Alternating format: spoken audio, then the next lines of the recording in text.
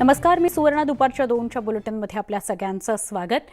पुण्यातील तळेगाव इथं प्रस्तावित असलेला वेदांता फॉक्सकॉन प्रकल्प गुजरातच्या डोलेरामध्ये हलवल्याची बातमी आल्यानंतर राज्यात खळबळ उडालेली आहे.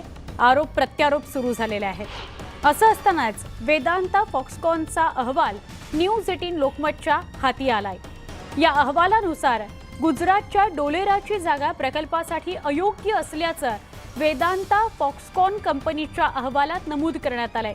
तसंच या कंपनीने डोलेराऐवजी महाराष्ट्रातील तळेगावचीच जागा अगदी योग्य असल्याचं म्हटलंय.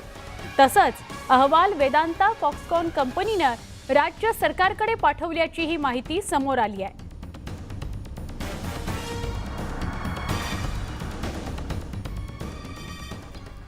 पंतप्रधान नरेंद्र मोदी यांनी फॉक्सकॉनवर ट्विट केलेलं आहे. मोदींनी ट्विट काय केलंय ते बघणार आहोत. गुजरातमध्ये प्रकल्प स्थापन करण्याच्या करारावरून देशात सेमीकंडक्टरच्या उत्पादनाला चालना मिळेल.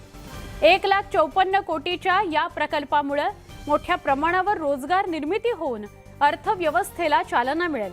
हा प्रकल्प उद्योगांच्या वाढीकरता मोठा हातभार लावणारा असणार आहे.